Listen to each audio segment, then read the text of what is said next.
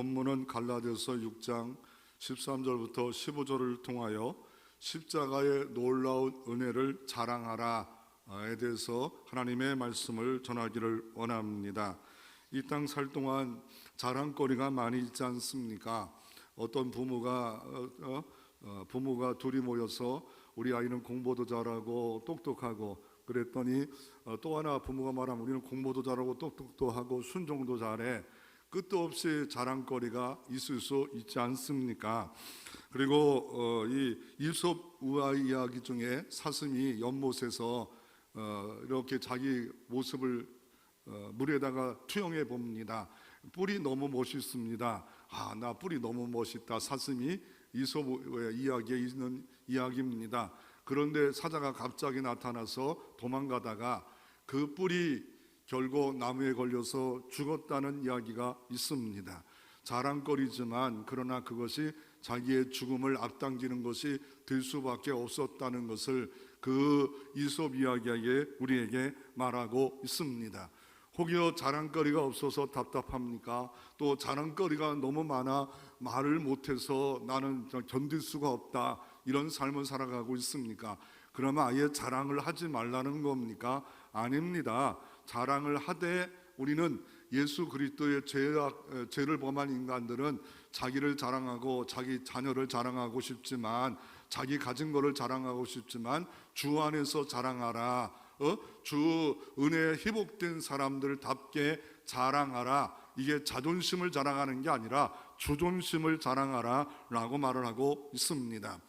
옛날에 진품 명품이란 이 KBS 방송에 시간이 있었습니다. 집안에 대대로 이렇게 있었던 여러 가지 명품들이 진짜인지 가짜인지 명품인지 이것을 판명하는 시간이었습니다. 그때 어떤 한 사람이 자기 집에 문서가 오랫동안 있었는데 이게 진짜인 줄 맡겨놓고 자신만만하게 TVB 방송합니다. 그럴 때 이 심사위원단들이 이거 얘기 안 하면 좋을 것 같은데 그래도 얘기해야 되겠습니까? 라고 묻습니다. 그랬더니 우리 집에 가보는데 얘기를 해야지요. 그랬더니 1700년대 그 시당대 노예 문서, 당신은 노예였다. 그러므로 이걸 모르니까, 이게 한자를 모르니까 이게 돈이나 되는 줄 알고 가져왔다가 망신을 당한 이야기가 진품 명품 시간에 가장 재미난 것 중에 하나였습니다. 그리고 밑에 청자가 있었는데 집에서 그냥 막 쓰던 청자였는데 청사 포동 동자 문배병이라고 그래가지고 매를 닮았다고 그래서 매가 웅크리는 것을 닮았다고 그래서 매병이라 하는데, 그것을 판명하는데 판명단들이 깜짝 놀랍니다. 무려 200억 원의 가치가 있답니다. 집안에 그냥 있었던 그 하나가 200억 원이라는 돈이 된다면은 갑자기 벼락부자가 될 수 있지 않겠습니까? 혹시 시골집에 갈 때마다 한번 눈 잘 보세요. 혹시 어디 구석에, 시골의 구석에 좀 숨겨 있는가, 아니면 어느 기와장 속에 숨겨 있는가, 대대로 그런 것들이 있습니다. 그리고 또 하나가 나왔는데 안중근 의사의 경천이란 직접 쓴 글씁니다. 가격을 매겨달라고 합니다. 그랬더니 진품 명품 시간에 가격을 못 매깁니다. 이거는 이분의 이 뜻이 뭐냐면 우러러 하나님의 뜻을 거스르지 말라는 경천인데, 이걸 어떻게 가격을 매길 수 있겠습니까? 그래서 영원 가격을 매길 수 없음라는 그런 시간이 있었다고 말을 하고 있습니다. 여러분의 자랑거리는 뭡니까? 자랑거리를 대해서 하나의 글을 쓴 것이 있는데, 5손가락의 이야기입니다. 5손가락 이야기인데 엄지, 검지, 종지, 약지, 새끼손가락, 이걸 뭐라고 하죠? 예? 예지? 내가 틀렸나요? 소지, 예지, 예지라고 해요. 그냥 소지건. 나도 몰라가지고 찾아봤더니 엄지, 검지, 중지, 약지, 소지, 다 자랑거리가 있대요. 다 사람마다 자랑거리가 있대요. 그런데 에레미야 9장 23절에 에레미야 선장 이렇게 말합니다.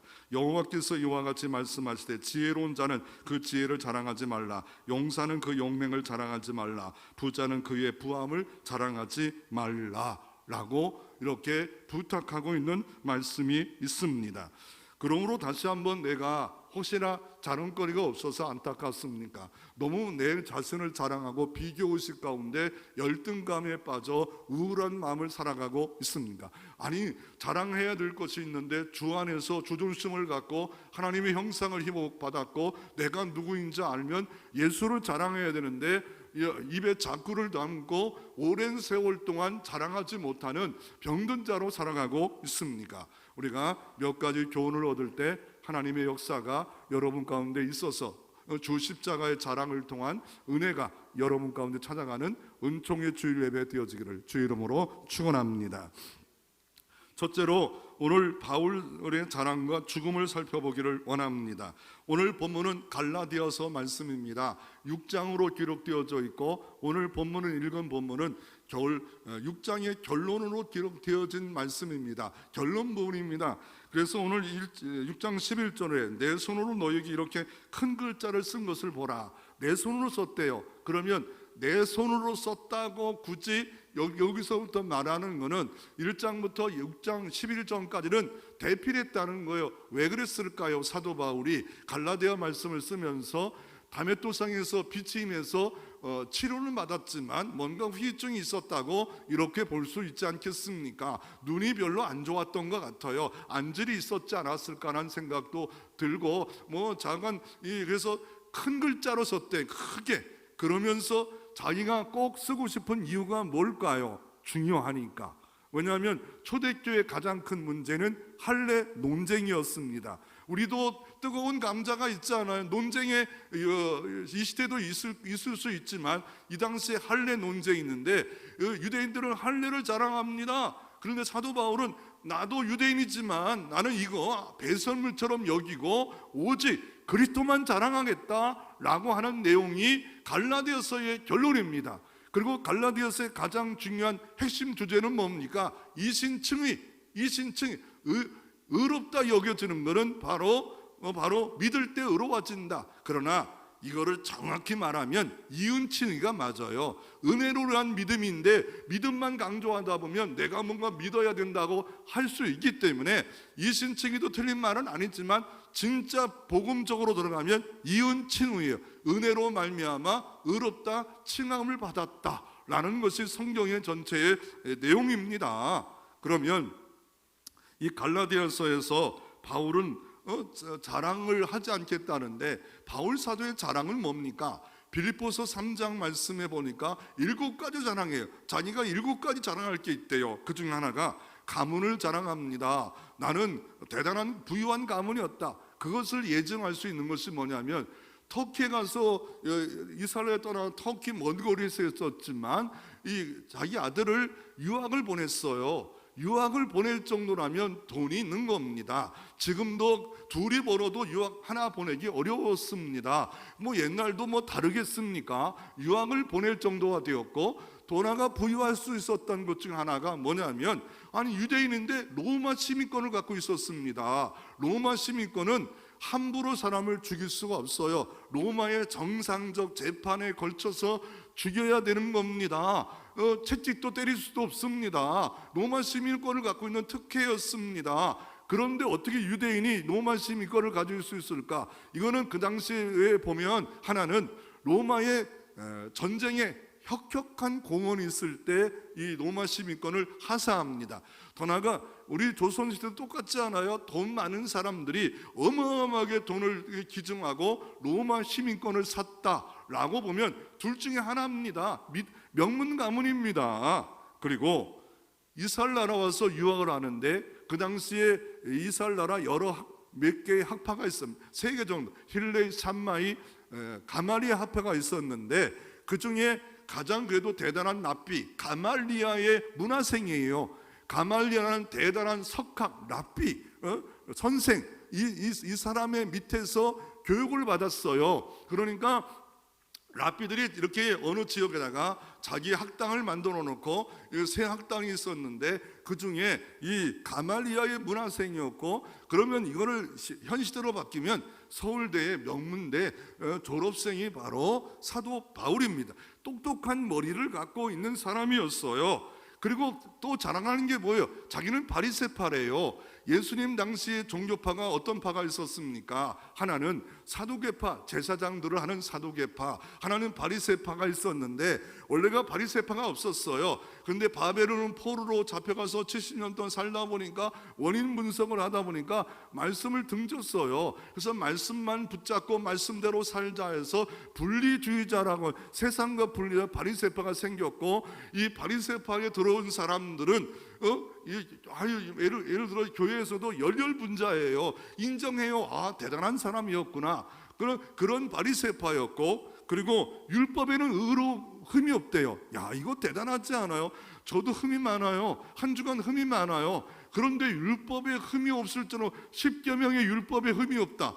난 너무 흠이 많은데 어떻게 바울은 정말 도덕적으로, 윤리적으로 말 한마디, 행동 한마디 이런 것들이 정말 정결하고 거룩하고 도덕적으로, 윤리적으로 문제없는 사람이었어요. 그리고 이 사람이 이 영상에는 안 뜨고 있지만 베냐민 지파를 자랑해요. 아니, 베냐민 지파라는 것은 이스라엘에 12지파가 있었어요. 우리도 나라에도 강원도, 경기도, 충청도, 전라도, 경상도가 있었던 것처럼 12지파가 있었는데 가장 작은 것 중에 하나가 베냐민 지파예요. 왜 베냐민 지파를 자랑합니까? 자랑거리가 없었어요? 아니에요. 이스라엘의 첫 번째 왕이 된 사람이 베냐민 지파의 사울 왕이에요. 왕이 났다는 거예요.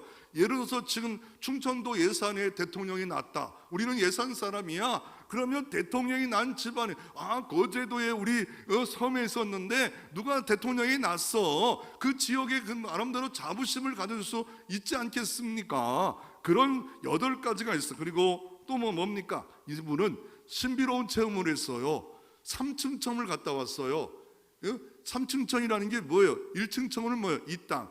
2층 청은 하늘이에요. 3층 청은 뭐예요? 하나님이 계신 곳까지 갔다 오는, 이거 놀라운 신비로운 체험을 사도 바울이 했어요. 남들은 잘 못했던 건데 사도 바울은 이런 체험, 병 고치고 수건만 닿아도 병이 낫고 놀라운 체험을 너무 많이 했는데 이 모든 거를 배설물처럼 똥처럼 여긴대요. 무엇 때문에? 예수 십자가 그리스도의 은혜를 알고 나서는 확 변합니다. 사도 바울은 이렇게 대단한 사람이었지만, 그러나 아주 나쁜 사람 중에 대표적이지요. 기독교에서 보면 어떻게 그렇게 볼 수 있습니까? 이게 유대교들이 이게 있었는데, 자기는 유대교의 가장 대표적인 청년이었는데 갑자기 이다나 예수가 등장하고 기독교가 생깁니다. 그랬더니 그 중에 스데반 집사님이 열렬히 그냥 일을 하니까 돌로 쳐서 죽이는 일에 선봉자였습니다. 대표적인 청년, 열렬분자, 돌로 쳐 죽여버렸어요. 사람을 돌로 쳐 죽일 정도로 폭행자고 예수 믿는 사람을 감옥에 가두는 사람이었습니다. 그런 사람이었는데 다메토상에 가다가, 그것도 예수 믿는 사람을 잡으러 이방 지역까지 쫓아가다가 대단한 고문을 받고 가다가 호련히 하나님의 빛이 임하고 호련히 음성이 들리고 눈이 멀고 금식하게 되는 역사를 통하여 예수를 만납니다. 예수를 만남을 통해서 어떻습니까? 자기는 이제 모든 것을 죽었대요. 이제 예수 그리스도만 자랑하겠다. 약한 것을 자랑하겠다라고 말하고 있습니다. 이 사도 바울의 변화를 성경의 로마서 말씀에 아주 정확하게 사도 바울이 변한 것이 말합니다. 그 변화가 내 변화가 되지 않아요? 그러면 어떻게 변화하는 말이냐? 이거 어떻게 변화하는 말이냐? 로마서 6장 6절에 이렇게 말합니다. 우리가 알거니와 우리 옛사람이 예수와 함께 십자가에 못 박힌 것은 죄의 몸이 죽어 다시는 우리가 죄에서 종로로 하지 아니하려 함이라. 여기서 바울은 중요하게 말합니다. 우리가 이렇게 말해요. 난 십자가에 못 박혔어. 어떤 분은 심지어 죄의 영향이 없어. 죄에도 죽었어. 그런데 솔직히 여러분이나 나나 볼 때 죄가 영향이 없나요? 오늘 보면 세상에 죽었기 때문에 세상의 영향을 안 받는데요. 저는 받고 있어요. 나는 죄에 대해서 유혹을 받고 있어요. 저는 받고. 우리 목사님 가짜라고요? 그러면 이게 복음을 변질할 수 있는 겁니다. 그러므로 십자가에 죽었다고 생각하는 사람들이 이거를 이루려고 어떻게 했냐면요, 중세 사회가 있었어요. 그때는 열심히 하는 사람들이 세상과 등져야 해. 왜냐하면 자꾸 정욕과 욕심이 자꾸 끌고 가니까 아예 수도원을 만들었어요. 수도원을 처음 만들어서 청렴했는데 어떤 일이 벌어지냐면 너무 좋고 그러니까 막 돈을 기부해요. 모든 재산을 정리해서 그러다 보니까 이게 또 커져요. 그 다음에 재산권이 생겼어요. 그러다 보니까 수도원이 엄청 커져 버렸어요. 또 타락하기 시작했어요. 그래서 또 어떻게 합니까? 아예 이런 뾰족한 탑 위에 올라가서 고행하는 수도사가 생겼어요. 그렇다고 제가 영향이 안 받습니까? 우리가 정욕의 영향을 안 받습니까? 뾰족한 데 가서 매일 서가지고 이거 잠도 서서 자고 막 이렇게 그냥 밑에서 음식 올려주고 30년을 사는 수도사가 있었어요. 기독교는 그런 종교가 아니에요. 우리가 십자가에 못 박았다고 해서 내가 날마다 십자가 못 박혀서 자학하고 또 자학하고 잠도 못 자고 뭐 이렇게 해서 구원을 이루는 거 아니에요. 이거 원어보면 수동태예요. 수동태라는 건 뭐예요? 주님으로부터 주어지는 것이 의로운 것이지 내가 의를 만드는 게 아니에요. 내가 죽은 게 아니라 예수가 죽었어요. 나 대신에 죄 때문에 죽었어요. 그것을 내가 믿음으로 받는 순간에 의가 되어지는 것이지, 내가 뾰족한 데 가서 잠도 못 자고 고행을 해서 내가 죽어야 된다. 여러분, 그렇게 기독교를 변질시켜 버리면 기독교가 너무 어려운 종교가 돼버려요. 은혜의 종교가 아니라 노력, 행함, 보행, 자아, 금식, 이거는 율법주의요. 짬뽕. 복음을 모르는 사람들이, 복음을 모르면 이렇게 예수가 십자가에서 다 이루시고 다 죄값을 갚으시고 테텔레스테 했잖아요. 다 이루시고 우리가 할 일은 뭐예요? 주님과 함께 못 박히는 거예요. 언제? 2000년 전에 죽었지만 내가 단지 믿기만 하면 그 은혜가 내 은혜가 되는 것이 복음입니다. 기쁨의 소식입니다. 그래서 우리가 예수와 함께 십자가에 내가 죄가 못 박힌 거예요. 그러나 여전히 죄는 있다 없다? 있다. 왜요?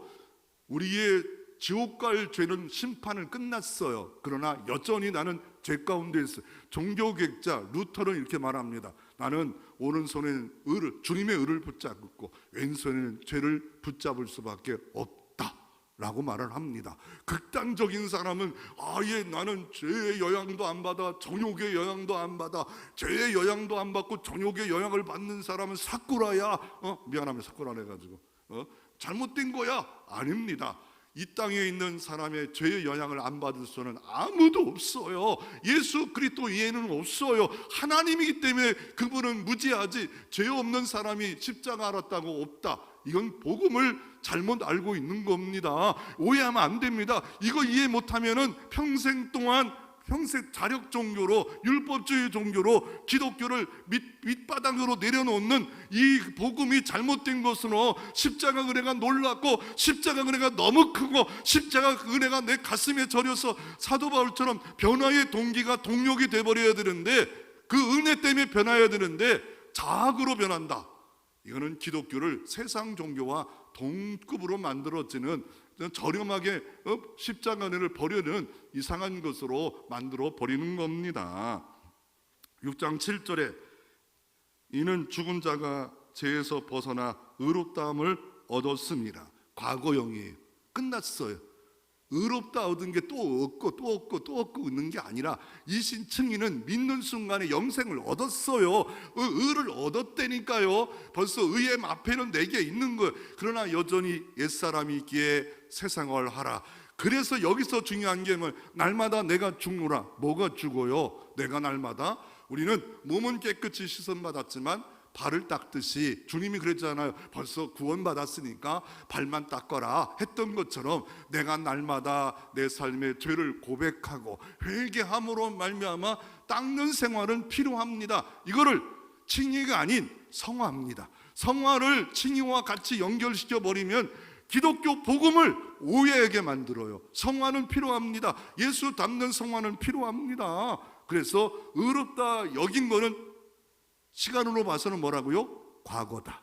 끝났다. 2000년 전에 끝났고 내가 믿음으로 주님을 고백하는 순간에 그 은혜가 내 은혜가 됐고 내 죄는 다 주님이 과거 현재 미래 걸 다 주님이 가져갔다. 이게 복음입니다. 유한계일입니다. 기쁨의 소식입니다. 이거는 누구든지 동일하게 적용할 수 있는 것입니다.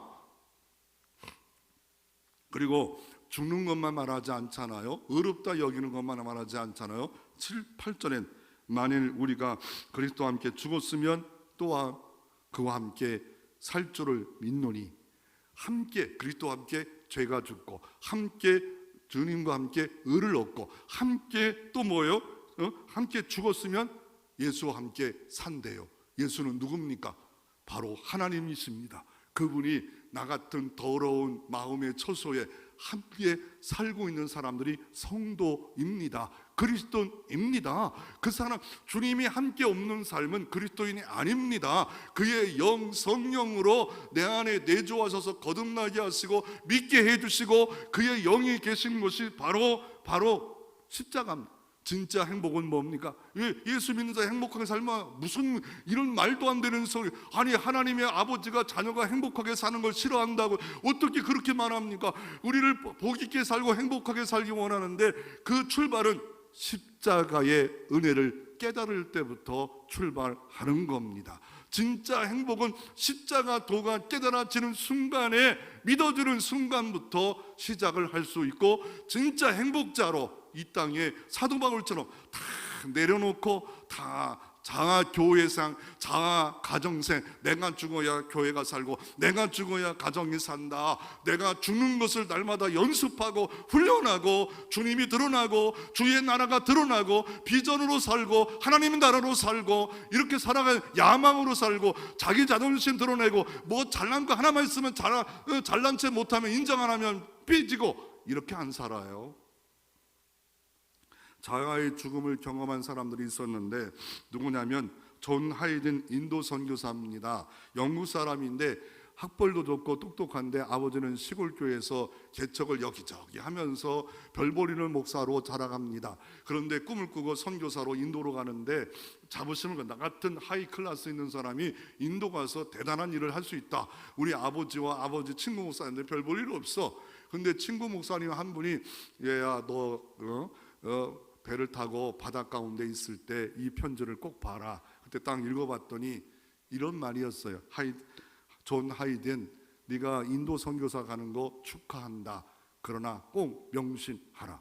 성령 충만을 받기 전에는 선교사 일을 하지 말라. 기분 더러웠어. 아니 별 볼 일 없는 목사가 나는 최고의 학벌을 했고 공부를 했고 내가 가는데 뭘 이거 내가 충분히 할 수 있지. 그러나 가만히 생각해 보니까 성령 충만을 받은 경험이 없습니다. 내가 죽은 경험이 없습니다. 그래서 조용히 밑에 내려가 선실에서 기도하는 순간에 하나님의 나라가 마음속에 이루어져서 그는 존경받는 능력 있는 선교사가 되었다라고 말하고 있습니다. 존 웨슬리도 똑같아요. 감리교를 창성했던, 영국을 깨웠던, 영국의 경제 부흥을 일으켰던 웨슬리가 어느 날 배를 타고 가는데 모라비던 교도가 폭풍이 치는데 자기는 두려워서 막 벌벌 떨고 있는데 폭풍이 치니까 바닷가 가운데 치니까 얼마나 두려워. 그런데 찬양을 하고 있는 거예요. 근데 자기와 차이가 뭘까? 그런데 예수를 믿는데 실제 믿고 있는 사람, 가짜로 믿고 있는 사람. 그리고 웨슬레가 다시 한번 회개하며 주 예수를 믿습니다. 그리고 나서 말을 타고 영국을 다니면서 복음을 증거합니다. 내 안에 복음이 들어오면, 복음의 불길이 들어오면 견딜 수가 없습니다. 하나님의 나라가 이루어서 자랑을 해야 되는데 나는 발견했다. 유레카, 십자가 은혜를 발견했다. 이건 너무너무 놀라운 일이다. 이거는 뭐요? 전염병 그치는 정도가 아니라 영생을 얻는 길이 여기에 있다. 심판을 면하는 길이 여기 있다. 이걸 자랑하지 않는다면 복음이 내 안에 이게 작동하지 않을 때 이런 일도 있을 수 있습니다.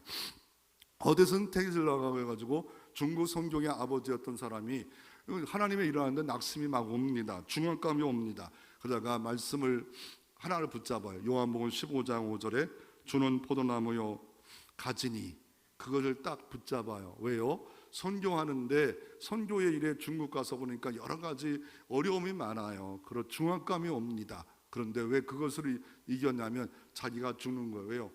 나는 가지인데 포도나무에 붙어 있기만 하면 포도나무를 가지가 있으면 봄 되면 물이 올라오고 영양분이 올라와서 가지가 그렇게만 되는 건데 내가 뭘 해보려고 내가 뭘 하려고 하는 것이 문제였구나. 먼저 주님 안에 주님과 동행하며 주님과 교제하고 주님 사랑받고 하나님이 어떤 분인가를 알고 십자가 은혜를 알면 알수록 거기서 은혜가 임하는데 나는 그 복음을 변질시켰구나. 그래서 뭘 하는 것보다는 조용히 주님의 십자가를 묵상하고 바라볼 때 새 힘을 얻어 그는 열매 맺히는 삶으로 바뀌었다라고 말하고 있습니다.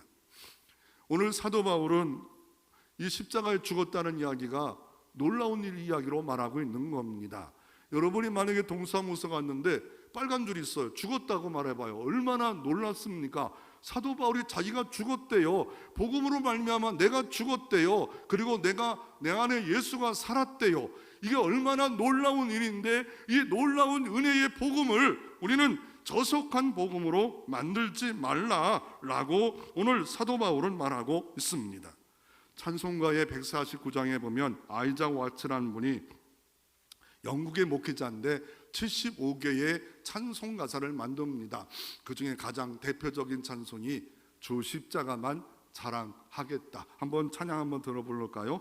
찬송가 149장 2절만 찬양 한번 불러보겠습니다.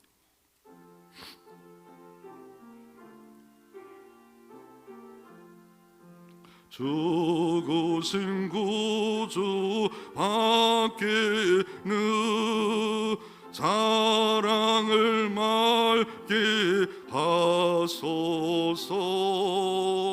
보혈의 공로 입어 교만한 마음을 버리네.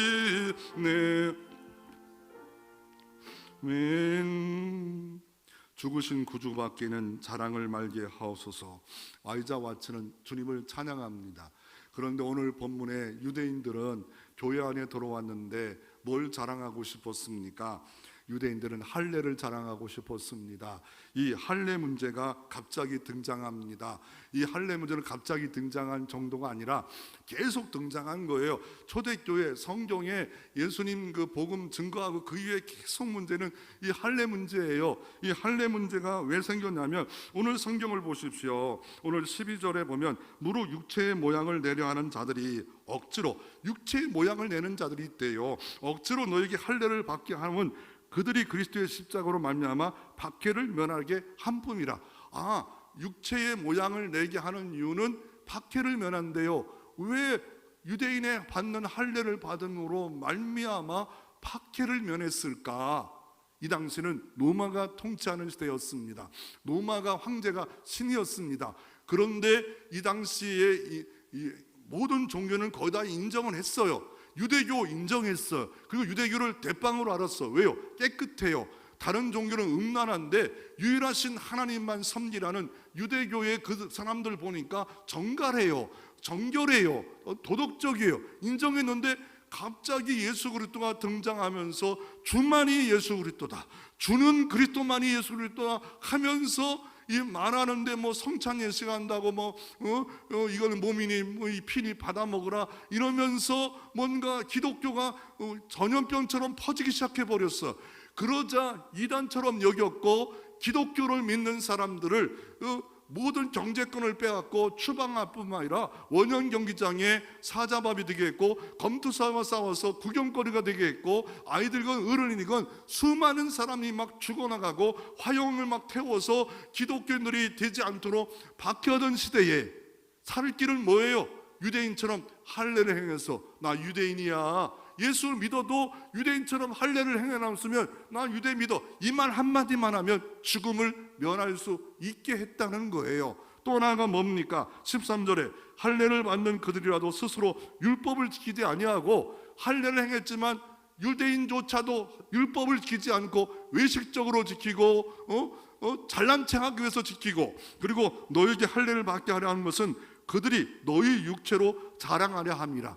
우리는 할례 받은 사람들이야. 이 말은 다른 말하면 유대주의자의 유대주의자야. 이 말은 뭡니까? 우리는 아브라함 때부터 우리는 그 조상으로 지금까지 2000년 3000년 흘러온 사람들이야. 이런 자랑거리를 갖고 있는 사람이 기독교가 생겼어요. 교회가 생겼어요. 멤버가 됐어요. 그런데 그 멤버 중에 헬라 사람들, 이방 사람들이 생겼어요. 그 사람들도 할례를 행하래요. 10살짜리도 있고 20살짜리 있고 50살짜리 있는데 그 남자의 표피를 베는 거예요.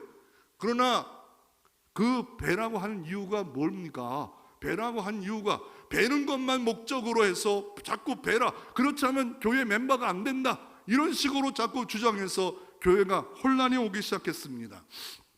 그래서 이 배경을 보면은 뭐냐면요, 이 할례가 처음 등장한 게 창세기 17장입니다. 창세기 17장 1절에 아브라함아 아브라함아 너 행위 완전하라 나는 전능하신 하나님이라. 왜 아브라함에게 행위 완전하라고 하나님이 나타나서 말합니까? 그것도 14년 동안 하나님이 침묵하셨습니다. 그 이유인즉 뭐냐면 하나님께서 갈대 우르에서 아브라함을 불렀을 때 네 민족이 창대하고 이름이 창대하고 내 자손이 창대하니라. 그런데 그 아브라함이 75세에 나왔는데 세월이 흘러도 창대커녕 씨도 없고 자녀도 없어요. 그런데 자꾸 하나님이 창대한대요. 언약까지 세우면서 물결을 바라보면서 창대한대요. 그런데 벌써 10년이 흘러버렸어요. 10년이 흘러서 그러니까 어떻게 해요? 이 하갈이 사라 부인이 이러지 말고 애굽에서 데려온 하갈 젊은 여종이 있는데 내가 첩으로 줄 테니까 애를 낳읍시다. 그리고 당신의 족장의 대를 이어서 하면 되지 않습니까? 그래가지고 애를 낳았어요. 그것이 이스마엘입니다. 이스마엘을 낳은 지 14년 동안 하나님이 안 나타나서 드디어 나타나서 행위 완전하라 나는 전능하신 하나님이라. 그럴 때 뭡니까? 이 아브람과 사라는 이스마엘이 있어요. 14살 정도 됐어요. 예뻐요. 이거 충분하지 않아요. 옛날엔 종으로 하려는데 종도 아니고 아브람 씨가 됐지 않았어요. 그랬더니 정통적 씨로 난다. 사라가 태의 문지 다치더라도 날 것이다 라고 또다시 말하면서 그럴 때 피식 웃어요. 그럼에도 불구하고 아브람은 정말 믿음이 없어요. 사라도 없어요. 별 볼 일 없는 믿음이에요. 그래도 믿음은 있지만 너무 별 볼 일 없어요. 그럴 때 어떻게 해요? 아브라함에게 봐라, 이제는 너는 아브람으로 살지 말고 아브람으로 살아라. 그래서 이 아브람은 뭡니까? 높음 받는 아버지. 그래서 아브람은 열국의 아버지로 비전을 품어라, 비전을 가져라. 사라도 똑같이 바뀝니다. 그리고 결국 어떻습니까? 아브람 나이 100세에 사라 나이 90세에 이삭이 낳게 됩니다. 진정한 웃음이라는 뜻을 갖고 있는 사라를 통해서 자녀를 줬습니다. 그리고 나서 이 모든 사건이 이루어지는데 이 이름을 주어진 그때에 등장한 게 할례입니다. 행위 완전하라 나는 전능하신 하나님이라 할례를 행하라. 이름 주어지고 왜요? 왜 그랬을까요? 이제 너는 열국의 아비 담은 그런 믿음의 사람답게 사는 증거로 할례를 행하라. 할례가 뭐예요? 벌써 의롭다 여긴 사람들의 증거로 할례를 받은 거예요. 지금 시대로 막 말하면 세례를 받아요. 세례를 받는데 그 증거가 뭐예요? 내가 예수를 구주로 함께 십자가에 죽고 함께 살았기에 세례를 통하여 하나님과 모든 사람 앞에 나는 이제 죽은 자입니다. 죽은 자로 여기기를 원합니다. 그래서 세례를 받는 거예요. 세례를 받아야 되는데 세례가 구원을 받는 것으로 그 십자가에 직접 만남이 없이 직접 유아 세례 받았어. 난 모태신앙이야. 할례를 받았어. 형식적인 것 이게 더 주관되어서 가장 본질적인 기독교 핵심인 예수 십자가를 놓친 그것은 정말 기독교를 전복할 수밖에 없는 일이기 때문에 사도 바울은 큰 글자로 직접 쓰면서 나는 너희들 할례 이건 아무것도 아니다 라고 하면서 그는 이 할례에 대한 말씀을 하시면서 이 할례에 대해서 창세기 17장 말씀하는데 예레미야 9장과 예레미야 4장에 보면 마음의 할례가 중요하다고 구약에도 분명히 말씀했습니다. 마음의 할례가 없어요. 할례란 말은 굴러내린다는 거예요.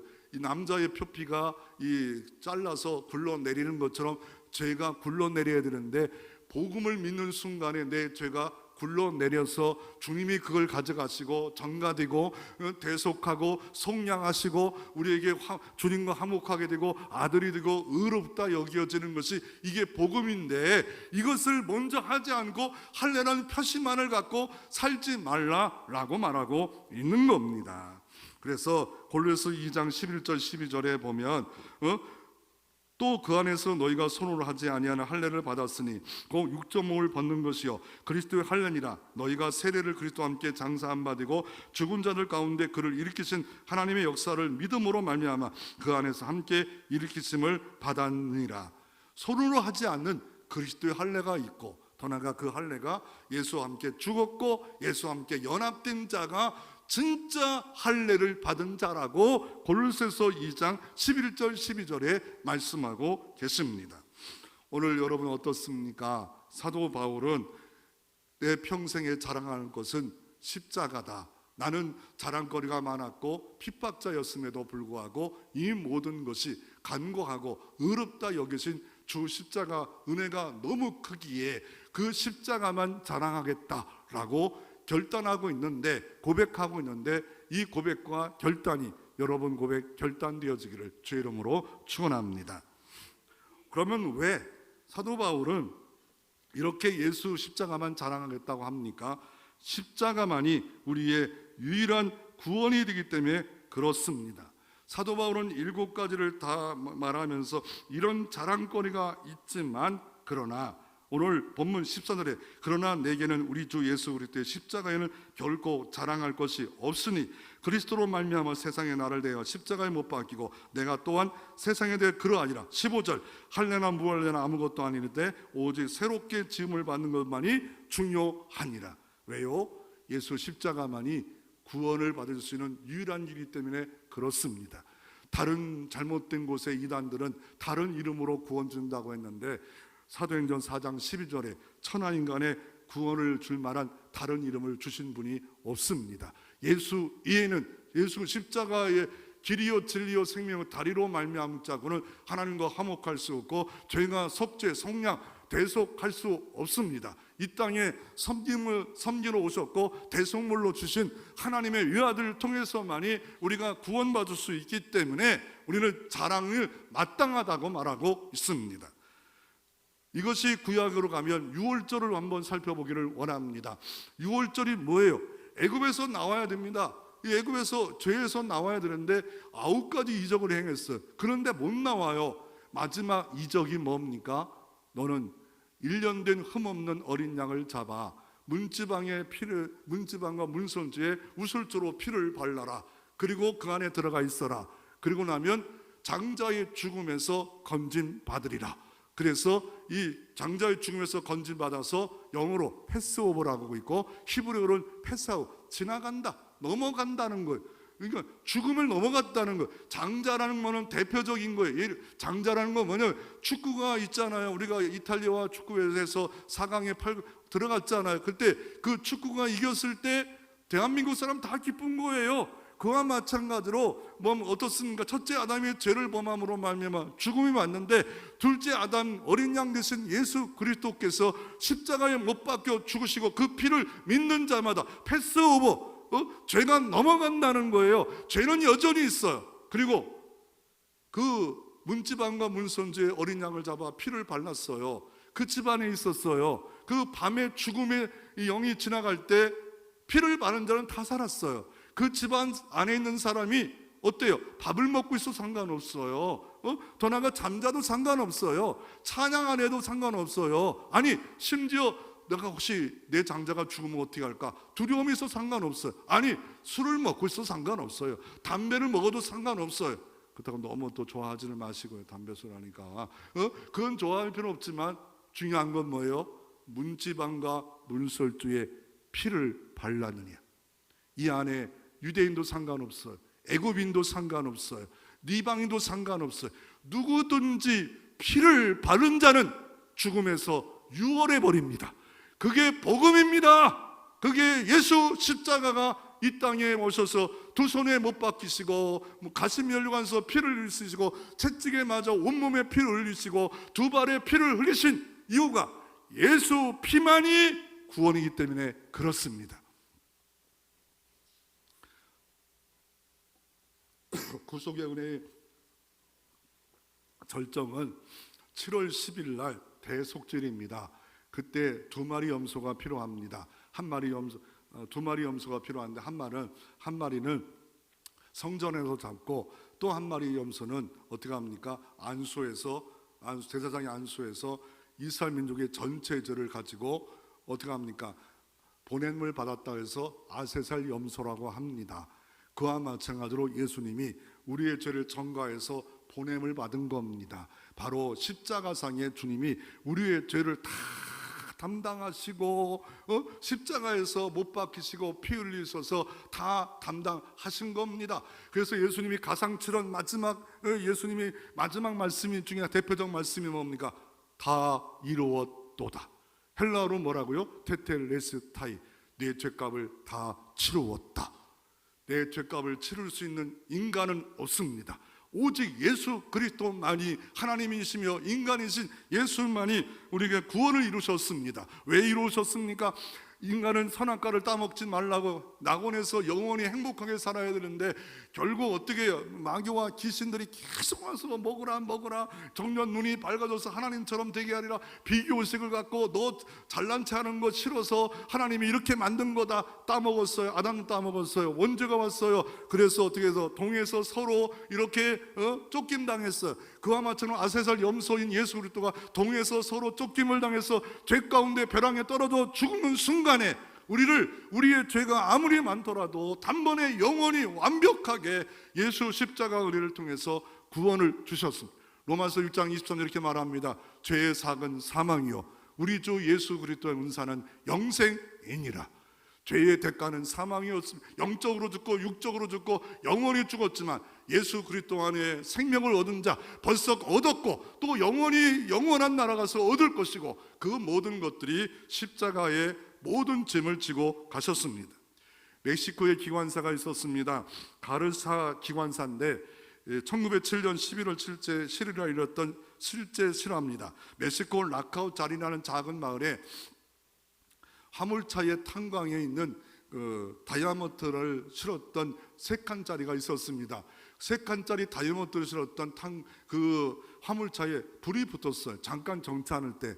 그럴 때 그 안에 있는 모든 사람들, 열차 안에 있는 나와서 잠깐 쉬는 사람들, 마을 사람들 막 조마조마했습니다. 그런데 기관사가 갑자기 혼자 올라가더니 막 달려갑니다. 한 500m, 1000m 가더니 펑 터져서 그 모든 화약은 터져버렸어요. 그러나 그 정차장에 있었던 사람은 아무도 안 죽었습니다. 바로 가르사 기관사 한 사람이 죽음으로 말미암아 그곳에 있는 사람이 다 살았다는 겁니다.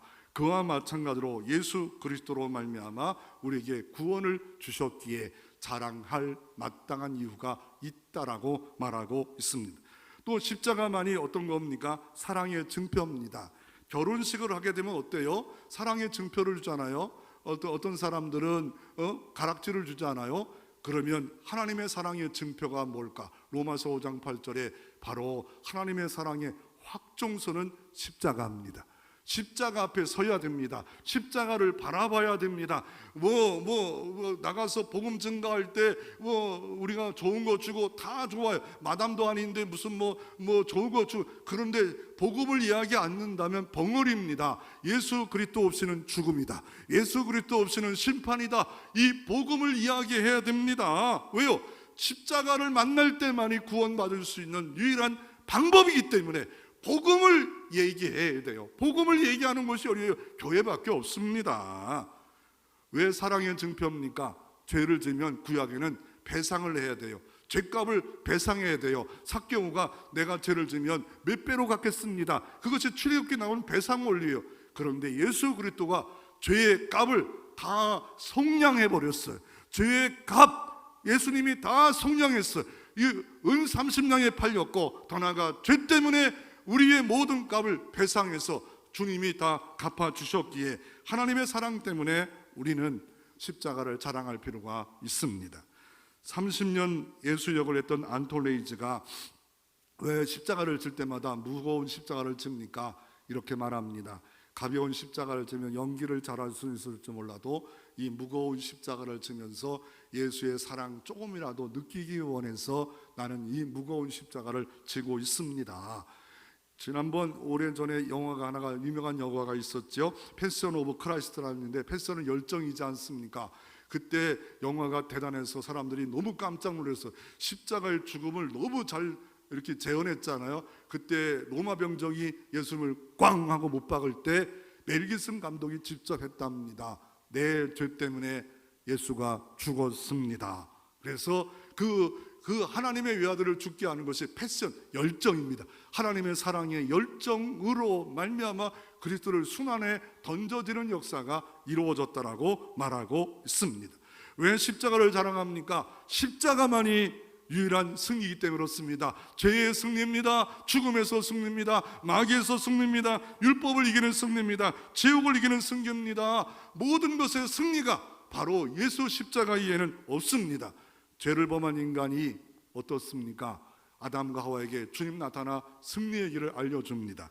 내가 너로 여자와 원수가 되게 하고 내 후손도 여자의 후손과 원수가 되게 하리니 여자의 후손은 내 머리를 상할 거며 너는 그의 발꿈치를 상하게 할 것이니라. 최초의 복음, 원시 복음, 창세기의 아담의 죄를 범한 후에 주님 찾아오셔서 너는 여인의 후손 예수 그리스도의 발꿈치를 상하게 할 것이지만, 죽게 할 것이지만 승리했다 하지만 사흘 만에 사망 권세 이기시고 죽음에서 이기시고 벌써 십자가로 다 이겼어요. 확증한 게 뭐예요? 부활이에요. 다 십자가로 이겼지만 의심하는 자에게 예수님 직접 40일 동안 보여주면서 나는 사망 권세 이겼다, 부활로 보여주는 역사가 바로 십자가의 은혜입니다. 십자가를 왜 자랑합니까? 구원이기 때문에, 사랑의 확증이기 때문에, 십자가만이 승리이기 때문에 사도 바울은 내가 폭행자요 해방자요 이런 사람도 사랑하신 주 십자가를 자랑하겠다라고 말합니다. 여러분의 삶에 한 주간 한 주간 십자가만 자랑하고 바라볼 때 하나님으로부터 은혜와 형통이 있기를 주의 이름으로 축원합니다.